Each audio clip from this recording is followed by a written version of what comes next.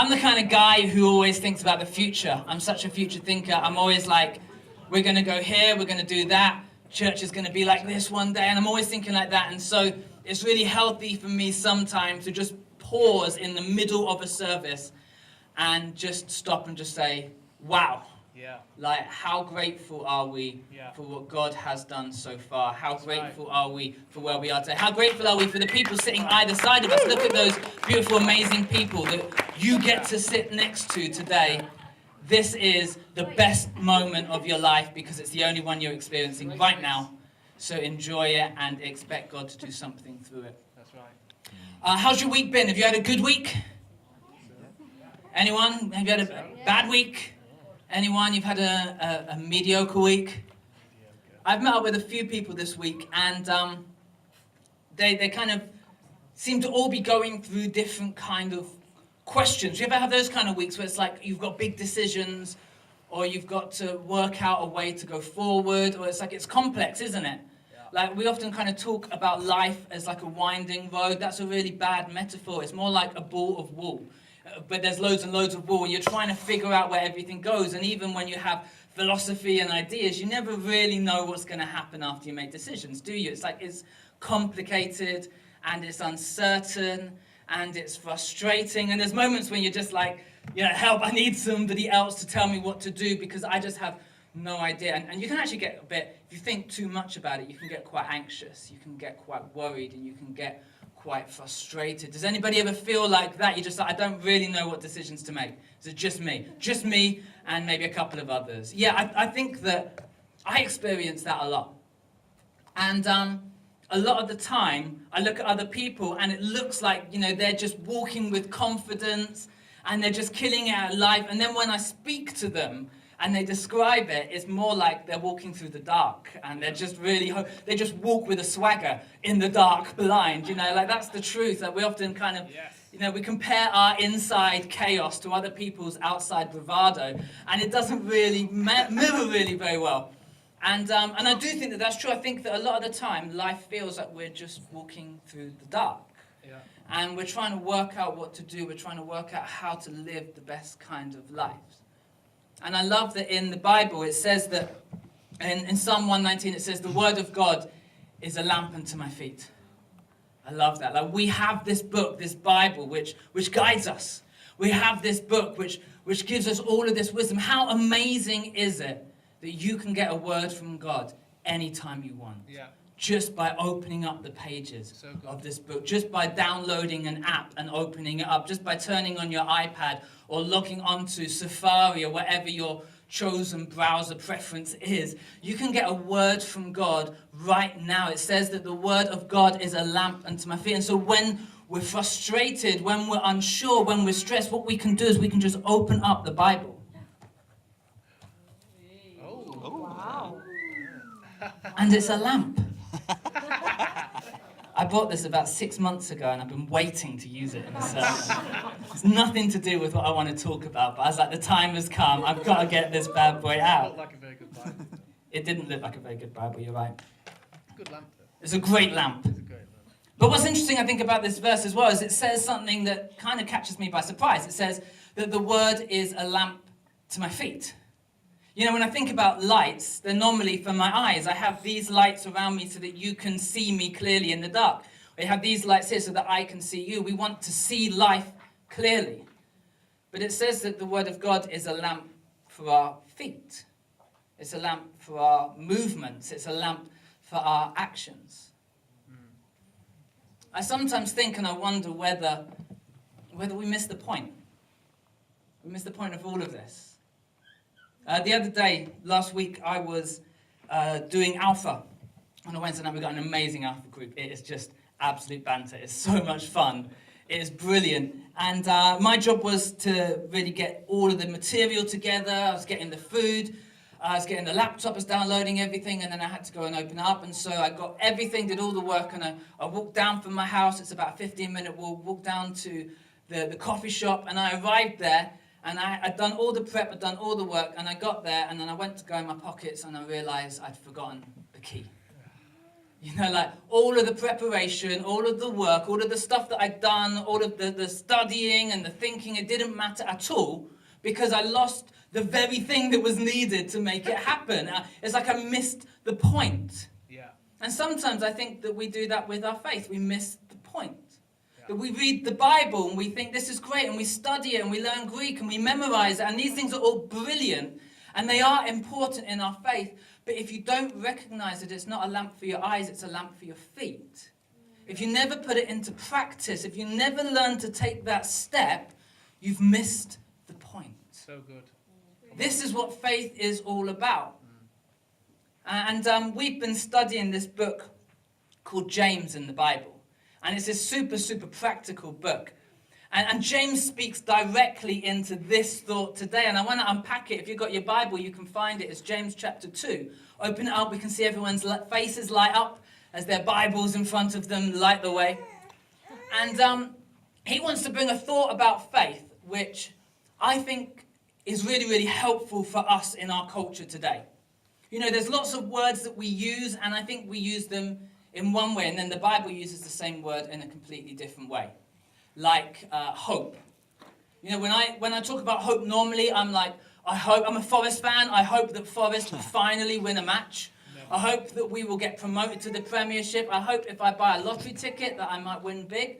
And that kind of hope is really, it's optimism, isn't it? I mean, it's got no power, it doesn't do anything. It's just, it would be nice, is what I mean by hope. That's how we talk about hope. But then when the Bible talks about hope, it describes it as an anchor. It describes it as something which is tangible, is solid. It says that our hope is based on Jesus, that Jesus is working on your behalf even when you can't see it. And so you can have hope which is real and solid. You can build your life upon hope. It talks about hope differently. Now, the Bible talks about love differently. You know, I love a burger. I love skateboarding. I love good music. I love beards. But the Bible talks about love in a different way. It says, you know, love isn't so much about something which inspires love out of you, but that there's a type of love which starts inside of you, that it's not based on the value of the person you're loving, it's based on the character of the person who is doing the loving. That there's a different caliber of love. And so when the Bible's describing God's love, he doesn't love us because we deserve to be loved. He loves us despite the fact that we don't deserve to be loved, because it's God's character that God is love. It talks about love completely differently. Yeah. I think it talks about faith differently as well. Faith isn't belief. Yeah. It's not that simple. Faith isn't just, oh, I really, really believe this. I really understand this. I think that this is true. That's not actually faith. James wants to tell us that there's a different quality of faith. There's a different kind of faith. And that the type of faith that saves us, the type of faith that is required to be a Christian, the type of faith that's required to follow Jesus, is the type of faith that starts inside of us and then it flows out into our actions. It flows out into our steps. It flows out into our movement. My faith isn't based on everything around me, inspiring faith. My faith is deep inside of me and then it flows out and it changes everything around me. That's how James sees faith. So let's see the actual words that he wants to speak. And I think that today, if you are here and maybe your faith hasn't turned out as you expected it, like this is really for you. If you've had that kind of stuttering, stop-start, this is for you. Or if you're here and you want to step up your spiritual velocity, you want to see God do more than you've ever done before, then I think that the words that James has for you are going to be really, really meaningful. If you're here and you thought that you were watching Captain Marvel, that was screen 2. And so apologies for that, but you'll probably get more out of this anyway. Anyway, moving on. Bad cinema jokes need to stop. Let's read James chapter 2, and we're going to jump in at verse 14. Have you got it? Great. It says, "What good is it, dear brothers and sisters, if you say that you have faith, but you don't show it by your actions? Can that kind of faith save anyone? Suppose you see a brother or a sister who has no food or clothing, and you say, 'Goodbye and have a good day, stay warm and eat well,' but you don't give that person any food or clothing. What good does that even do? So you see, faith by itself isn't enough. Unless it produces good deeds, it is dead and useless." Wow. What James is saying is that without action, faith fails. Faith fails. Faith is useless. It just doesn't work. And he gives this hypothetical, imaginary example, and it's really obvious when you think about it. It's like, it's no good for you to go to somebody and say, do you know what, have a great day, I believe that you're going to be well fed.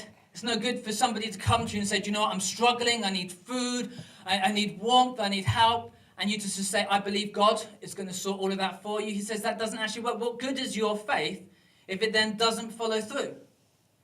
If it doesn't then go and say, I'm actually going to help you. I'm actually going to step in and do something. Yeah. It does nothing. Your belief achieves nothing if it isn't combined with action. I get people all the time. I see it on Facebook all the time. Somebody writes something and they say, hey man, I'm really, really struggling today. Life is really, really hard. Will you pray for me? And people go, yeah, praying. I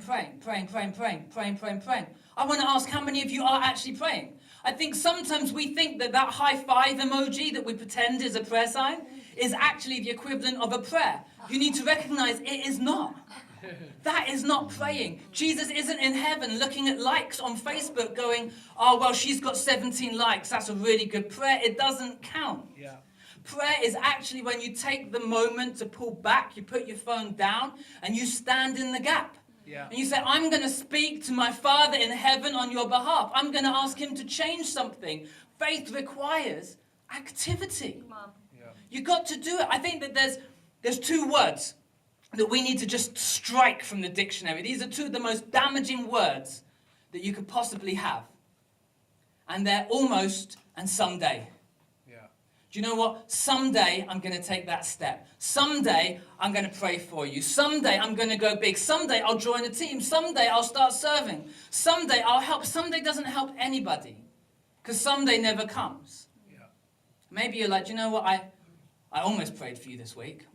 Thanks. That almost helped. I almost signed up to get involved. I almost turned up at the prayer meeting. I almost shared my faith. Well, that was almost useful. I'm so glad that Jesus didn't almost die for my sins. That he didn't almost go to the cross. That he didn't almost save me. I'm glad that he actually followed through. I'm glad that he put his faith and his belief in sync and he stepped out and he actually did it.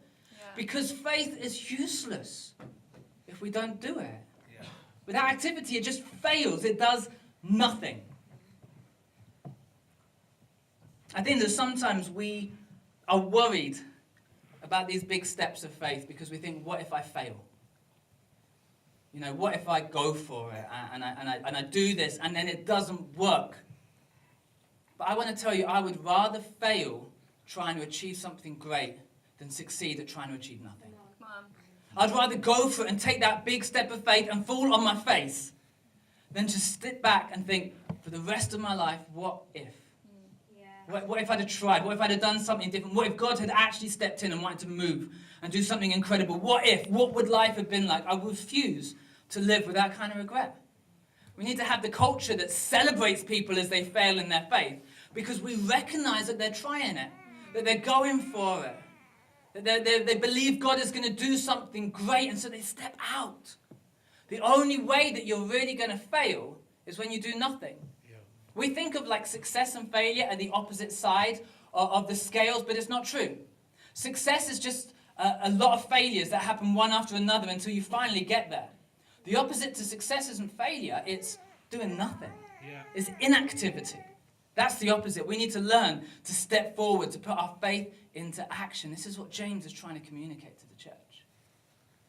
So he says that faith without activity, it fails. The second thing he wants you to know is that faith without activity is fake. It's fake faith. This is what he says, verse 18. Now someone may argue, some people have faith, others have good deeds. But I say, how can you show me your faith if you don't have good deeds? I will show you my faith by my good deeds. You say you have faith, for you believe there's one God. Well, good for you. Even the demons believe this, and they tremble in terror. How foolish. Can't you see that faith without good deeds is useless? Faith without activity is fake. I just want to quickly pause for 1 second, because I don't know what you feel when you read these words, but if I'm honest, I read this and I have this kind of like mini me inner legalist that kind of jumps up inside of me. It's like, well then, you need to do this, you need to do that.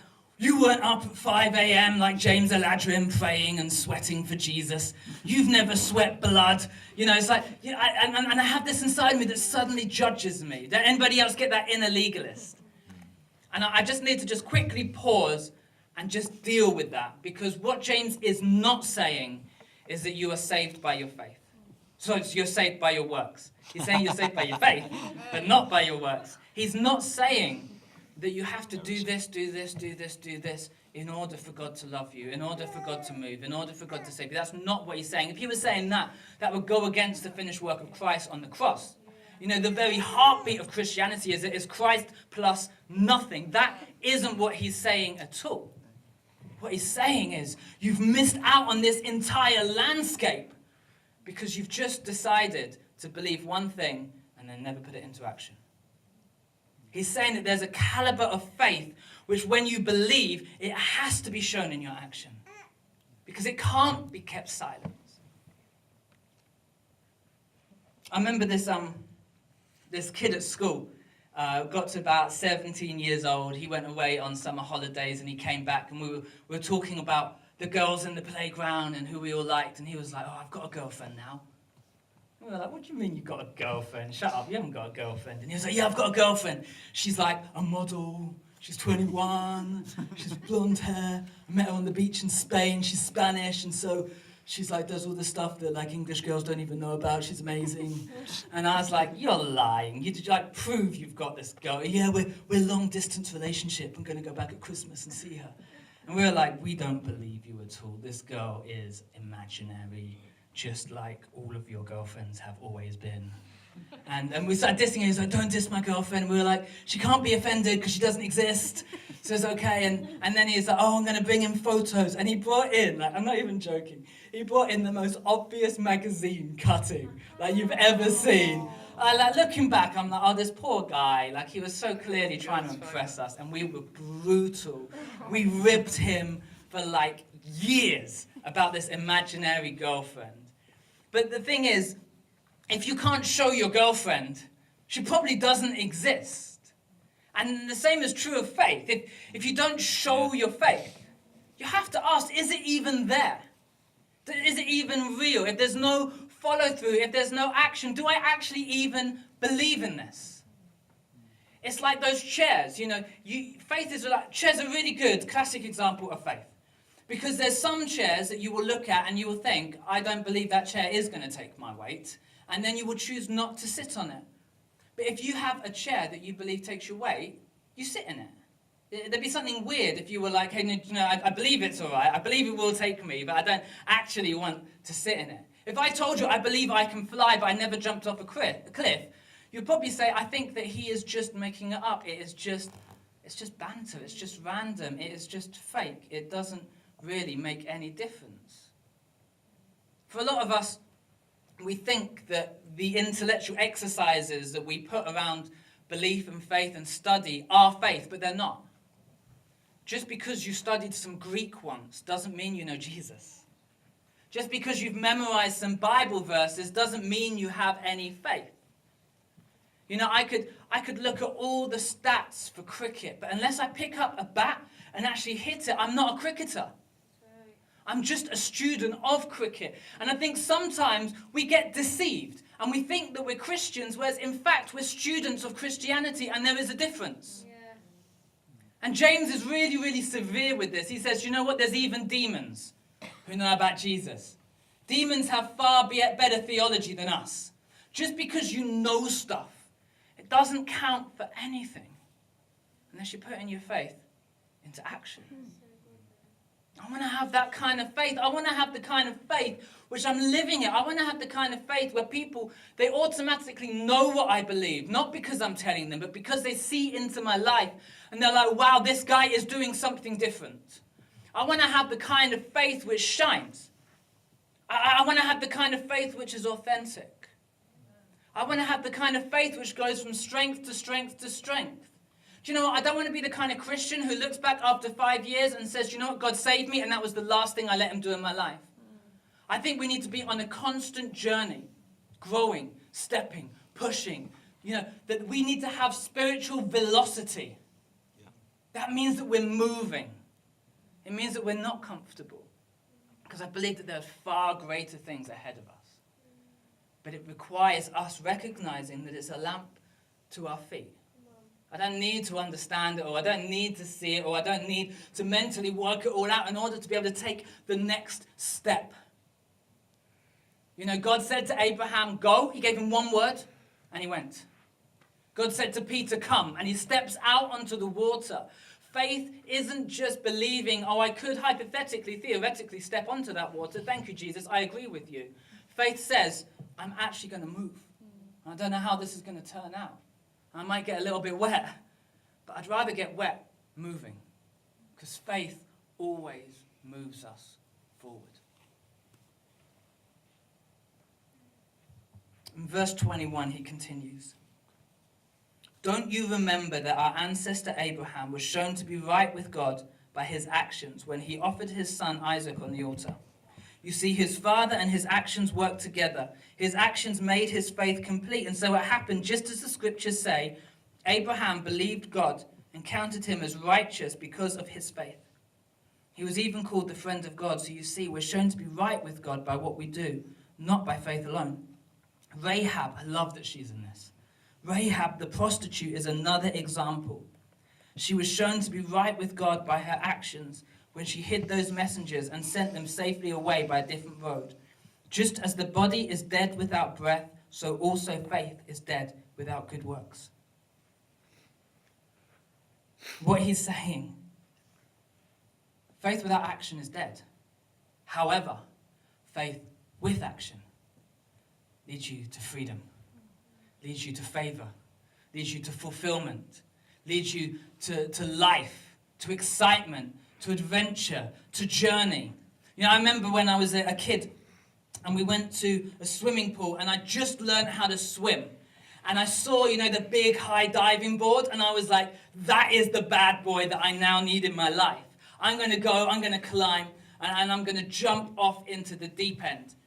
And I must have been like 7 or 8 at the time, and I remember climbing those steps, and the steps just feel like they go on forever, don't they? They just go up and up and up and up, and I was climbing, and I was climbing, and I was climbing.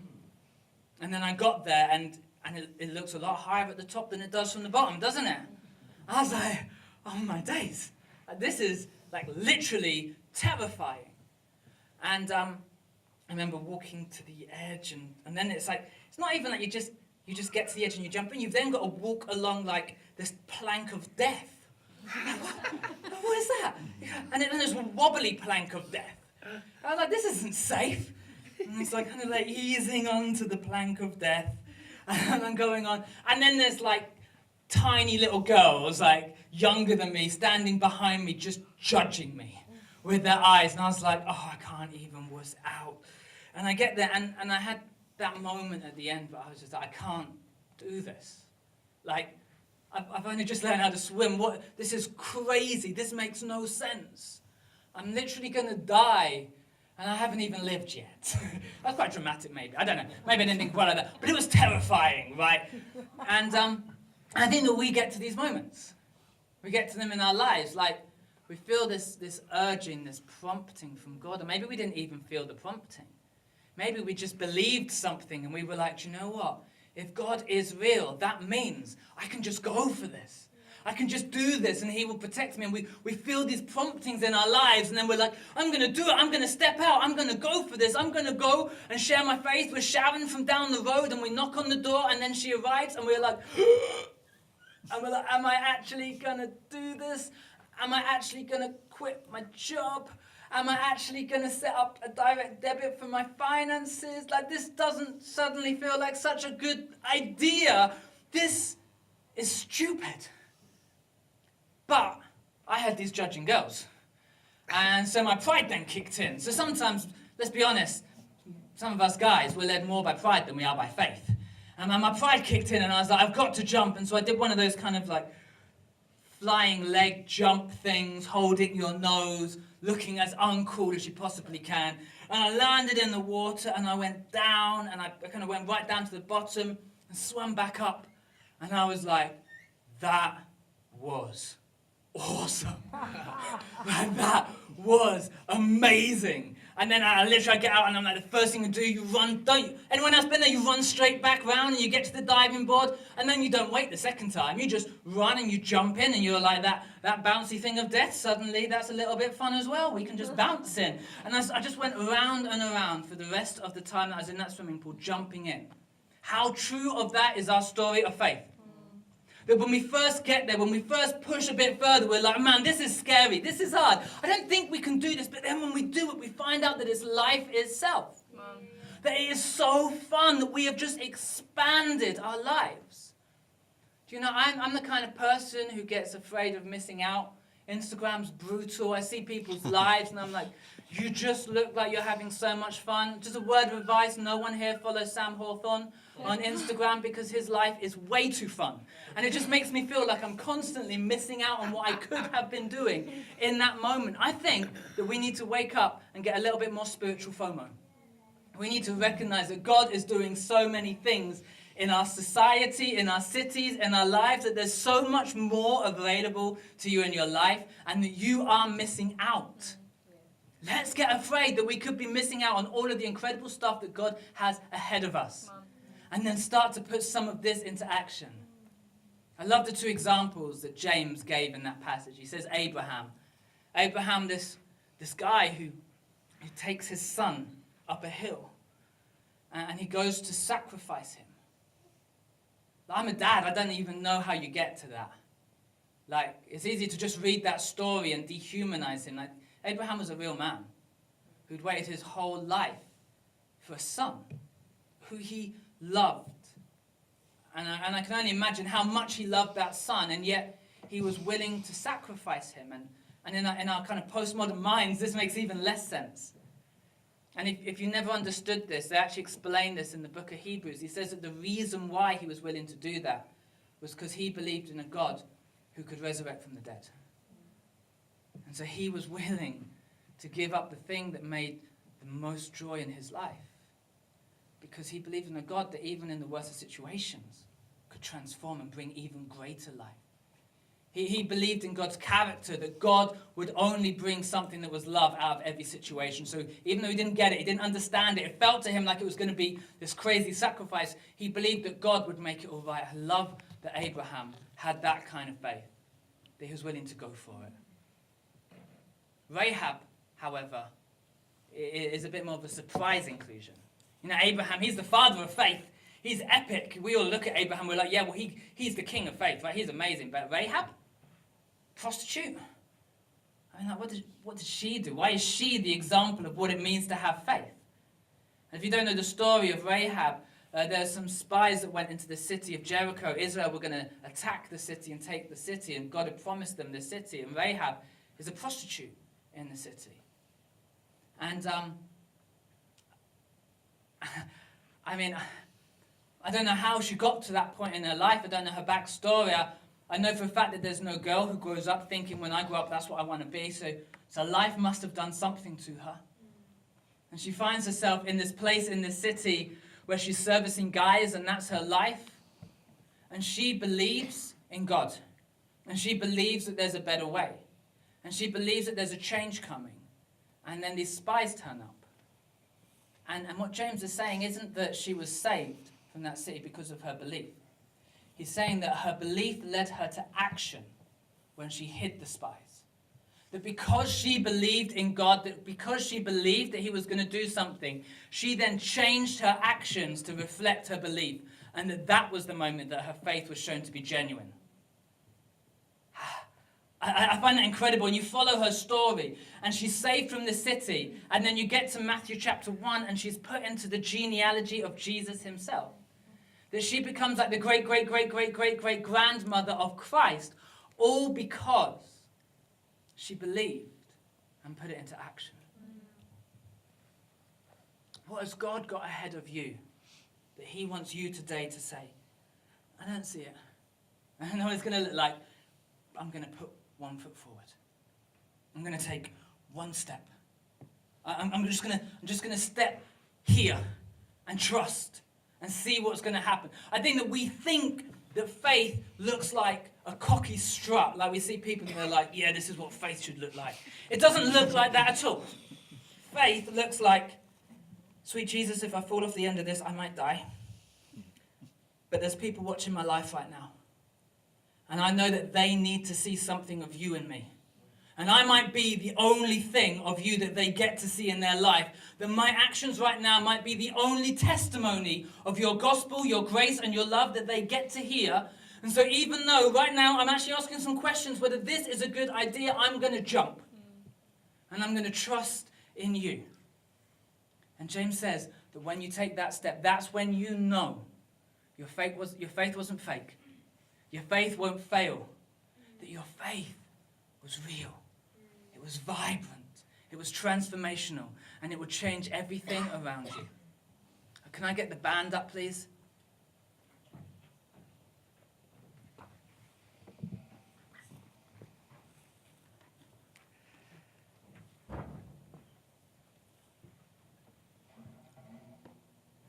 What is your faith like today? Maybe you're here and if you're honest, you believe, or you want to believe, but it's never quite clicked. Or maybe you look back to the good old days and you were going for it and you were growing and it was like you just felt this intimacy with God and everything was amazing, but then something started to stutter and to falter. And you haven't quite got where you wanted to go. That you expected your life would now look like this, but it doesn't. And maybe you still believe some stuff academically in your head, but it isn't showing in your actions. And maybe you're here and it's scary. I don't want to be the kind of church where people come and they say, do you know what, those guys, they talk a good talk. But where does the rubber hit the road? Where does it actually show in their lives? I don't want to be that kind of Christian. I don't want to be in that kind of church. I want to be the kind of church where people all around us, they look in and they're like, do you know what, I don't know if I get what they believe, but I know that they definitely believe what they believe. And I'll tell you why I know, because they put it into practice.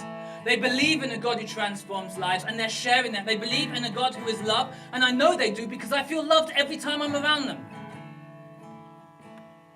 I want to be that kind of Christian. And I know, if I'm honest with you, I'm not there yet.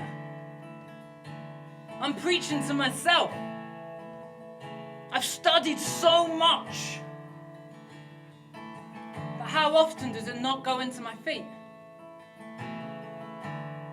You know, the heart is the organ inside your body that pumps blood to every single place that you have. I believe our souls do the same thing with our faith. When you have faith in your deepest place, it pumps to your hands, to your hugs, to your feet, to your words, to your movements. You're not saved because of that stuff. It's not that stuff that makes you a Christian. That stuff flows because your deepest place has had an encounter with Jesus. And you can't stay silent. You can't not share. You can't not move.